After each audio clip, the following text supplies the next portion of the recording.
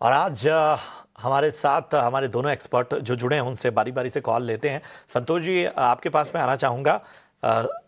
चूंकि एक्शन बाजार से गायब है, तो ज़रा बताइए किस तरह से मौके तलाशे निवेश।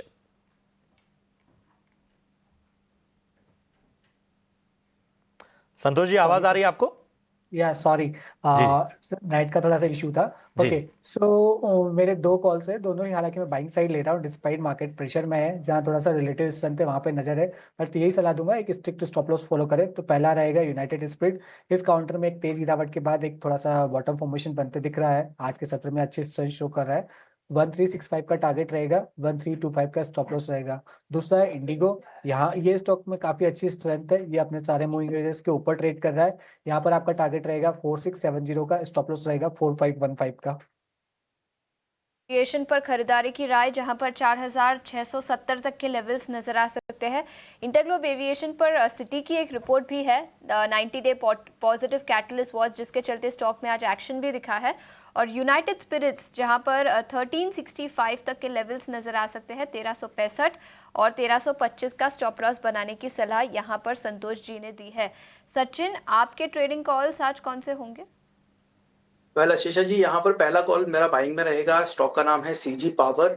लेकिन स्टॉक में अगर देखें तो डेली चार्ट्स पर पिछले हफ्ते में हमने एक बुलिश रिवर्सल पैटर्न फॉर्म होता हुआ देखा था, और वो पैटर्न अभी भी इंटैक्ट है। बिकॉज वो पैटर्न फॉर्म होने के बाद में थोड़ा सा साइडवेज होता हुआ स्टॉक नजर आया था। यहाँ पर एक ब्रेकआउट लेवल बन रहा है 600 के ऊपर। मुझे लगता है 600 के जैसी लेवल्स ब्रेक होते हैं, अपसाइड मोमेंटम फर्दर और कंटिन्यू होना चाहिए। तो 600 के अराउंड से यहाँ पर बाइंग की सजेशन रहेगा। स्ट्रिक्टली एक स्टॉप लॉस लेंगे 578 का। दो टारगेट्स यहाँ पे सजेस्ट करूंगा। पहला टारगेट होगा 625 और दूसरा टारगेट होगा 640 का। मेरा दूसरा कॉल यहाँ पर शॉर्ट साइड्स में है। बिकॉज चूंकि मार्केट की कंडीशंस को देखते हुए एक शॉर्ट्स यहाँ पर पिक किया है, और वो शॉर्ट पोजीशंस जो है वो है एस्कॉर्ट्स के अंदर। एस्कॉर्ट्स का मार्च फ्यूचर्स यहाँ पर शॉर्ट करने की सलाह रहेगी। बिकॉज डेली स्ट्रक्चर अगर हम देखें तो एक बेरिश फ्लैग पैटर्न बनता हुआ दिखा है, जिसका ब्रेकडाउन आज कंफर्म होता हुआ नजर आया है। स्टॉक ऑलरेडी करीब 3-3.5% के आसपास का एक डिक्लाइन मोमेंटम्स कंटिन्यू करता हुआ दिख रहा है। सो यहाँ पर शॉर्ट्स करने की सलाह रहेगी, करीब 2985 के आसपास से सेल पोजीशंस बना सकते हैं। अप साइड में एक स्टॉप लॉस रहेगा 3075 का। यहाँ भी दो टारगेट्स प्लेस करेंगे। पहला टारगेट होगा 2895 का और दूसरा टारगेट होगा 2860 का। सेक्टर से एस्कॉर्ट्स कुबोटा, यहाँ पर बिकवाली की राय आती हुई, और इसके अलावा सीजी पावर पर खरीदारी की राय है। 625 से 640 तक के लेवल्स नजर आ सकते हैं, और 576 का स्टॉप लॉस बनाने की सलाह यहाँ पर सचिन जी ने दी है। लेकिन फोकस में हम लाएंगे और इस पर भी हमने चर्चा की है, लेकिन इस पे जो है वो खबर भी है। जी हाँ, फेडरल बैंक के नए सीईओ केवीएस मणियन ने बैंक के ट्रांसफॉर्मेशन के लिए नई रणनीति पेश की है, और सिटी की ये रिपोर्ट भी सामने आई है। और इन सब के बीच में जो बड़ी बातें हैं इस रणनीति की, वो जरा जान लीजिए। फेडरल बैंक की नई रणनीति में साफ तौर पर टॉप प्राइवेट बैंक बनाने के लिए पूरा जोर दिया जा रहा है। जो एनआईएम है उसमें सुधार है, प्रोडक्ट बढ़ाने पर भी बैंक का फोकस है। तो आखिर और आगे की क्या योजनाएं हैं, गौरव हमारे सहयोगी ये पूरी रिसर्च लेकर हाजिर हैं। गौरव, जरा बताएं। फेडरल बैंक पर सिटी की रिपोर्ट है, नई रणनीति भी फेडरल बैंक के मैनेजमेंट की ओर से सामने आ रही है, बताएं क्या कुछ कहा गया है। जी हाँ, अगर हम फेडरल बैंक की बात करें तो एनालिस्ट मीट के दौरान उन्होंने काफ़ी एक की स्ट्रैटेजी जो है वो आगे रखी है। उनका मानना यह है कि FY28 तक हमें फेडरल बैंक जो है वो टॉप बैंक जो है उसके क्लोज देखने को मिल सकती है, और आगे जाके जो रिटर्न रेशियोज है वहाँ पे भी एक सुधार देखने को मिल सकता है। इसको फेडरल 4.0 के रूप में उन्होंने देखा है, और उनका मानना यह है कि वहाँ पर 12 थीम स्ट्रैटेजी है जो इस बैंक को आगे जाके रिटर्न रेशियो सुधारने के लिए काफ़ी ज़्यादा मदद कर सकती है। जैसे कि हमें पता है कि न्यूली अपॉइंटेड सीईओ जो है मिस्टर मनियन, वो काफ़ी ज़्यादा ऑप्टिमिस्टिक है इस स्ट्रैटेजी को लेके। और अगर हम इस स्ट्रैटेजी की बात करें तो उसमें से कुछ अगर की पॉइंट्स की बात करें तो कहीं पे net interest margin improvement, product portfolio expansion, fee enhancement, brand transformation और कॉस्ट ऑप्टिमाइजेशन, ऐसे कुछ स्ट्रैटेजीज हैं जिसकी वजह से उनका मानना यह है कि आगे जाके फेडरल बैंक के रिटर्न रेशियो जो है वो सुधर सकते हैं। अगर हम टारगेट की बात करें तो उनका मानना यह है कि कहीं पे FY28 तक जो ROAs है वो 1.4 to 2.2 के रेंज में देखने को मिल सकते हैं।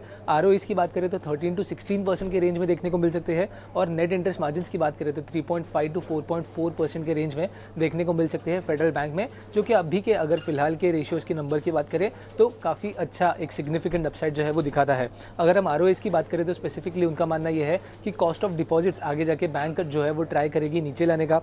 इसी के साथ साथ एडवांसेस मिक्स जो कि एक हाई यील्डिंग और मीडियम यील्डिंग सेगमेंट है, वहाँ पे बैंक का फोकस ज़्यादा बना रहेगा। प्रोडक्ट पोर्टफोलियो में भी बैंक जो है वो एक्सपेंशन लेने वाली है, फी एनहांसमेंट भी हमें देखने को मिल सकती है और आगे जाके कॉस्ट एफिशिएंसीज पे भी बैंक की कई ज़्यादा नज़र जो है वो बनी रहेगी। इसी के साथ साथ अगर हम बात करें FY28 के आउटलुक की तो कहीं पे उनका मानना यह है कि 400 से 500 नए ब्रांचेज जो है वो भी बैंक एड्स कर सकती है। तो कई सारे लीवर जो है वो बैंक को ये जो टारगेट रेशियोज है उसके करीब लेके जा सकते हैं और इसी के साथ साथ बेस्ट 3 या फिर नेक्स्ट 3 में कहीं पे बैंक को जो है वो शामिल कर सकते हैं। इसी के अलावा उन्होंने ये भी कहा है कि हालांकि शॉर्ट टर्म में कहीं पे डिपॉजिट्स पे प्रेशर बना रहेगा बट मीडियम टर्म गोल जो है वो ऐसे ही बरकरार रहेंगे। ओवरऑल इसी की अगर बात करें तो आज के दिन में एक पॉजिटिव मोमेंटम इस स्टॉक में भी हमें देखने को मिला इस पॉजिटिव कमेंट्री के बाद। तो आगे जाके भी एक ऑप्टिमिस्टिक व्यू के बेसिस पे फेडरल बैंक पे नजर रखना काफ़ी ज़रूरी रहेगा। शुक्रिया करेंगे गौरव, वह बहुत ही विस्तृत रिपोर्ट आपने हमारे दर्शकों के सामने रखी और थोड़ा और बेहतर पिक्चर इससे बनती है। तमाम चीज़ों को हमने आपके सामने बहुत साफ जानकारी के जरिए बताया और आज देखिए फेडरल बैंक में इसका असर भी देखने को मिल रहा है। इस बाज़ार में अगर कहीं हरियाली दिख जाए तो समझ लीजिए कि वो उसकी मजबूती बाकी मार्केट के मुकाबले कितनी ज़्यादा बेहतर है। चलिए इन सब के बीच में सुमित, माफ कीजिए सचिन, आपके पास आते हैं। हमें बताइए फेडरल बैंक पर क्या राय बन रही है आपकी, और जाहिर सी बात है इस पे हमने पहले भी चर्चा की, लेकिन इस विस्तृत रिपोर्ट के आधार पर मीडियम टू लॉन्ग टर्म अगर हम देखें तो क्या नजरिया बन रहा है? Well Prashant ji, medium to long term के पॉइंट ऑफ व्यू से काफी अच्छा स्टॉक है। अगर मैं weekly, monthly as well as quarterly charts पर भी एनालिसिस करूं तो अच्छा एक स्ट्रॉन्ग अपसाइड ट्रेंड बना हुआ है स्टॉक के अंदर। बट अगर longer term point of view से देख रहे हैं तो फिर बहुत अच्छा स्टॉक है, नो डाउट। बट अगर short term point of view से अगर हम देख रहे हैं या फिर near term point of view से अगर हम देख रहे हैं तो हो सकता है कि थोड़ी सी जो है वो वीकनेस यहाँ पर कंटिन्यू होती हुई नजर आए। हालांकि वो अगर कोई फर्दर वीकनेस आती भी है तो वो एक अच्छी अपॉर्चुनिटी रहेगी for the longer term point of view से इन्वेस्टमेंट करने की। बिकॉज डेली स्ट्रक्चर अगर मैं देख रहा हूँ तो पिछले 20 से 25 दिन का एक मोमेंटम देखे एंड ऑफ जनवरी के आसपास से स्टॉक जो है एक रेंज में ट्रेड करता हुआ नजर आ रहा है। वो रेंज बनी हुई है 190 से लेके डाउन साइड में 175 तक की।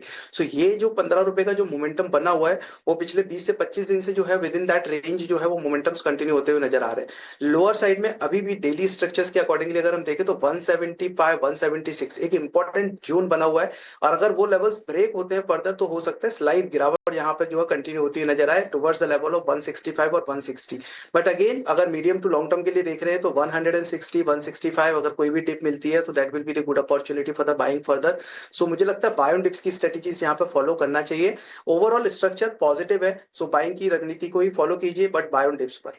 ठीक है, तो याद रखिए 165 160 का जो स्तर है ये एक ऐसा लेवल है जहां पर आपको खरीदारी करके चलना है, यानी बाय ऑन डिप्स की रणनीति आपको लेकर चलनी है और आगे के लक्ष्य बेहतर नजर आते हुए। यहां रुकेंगे।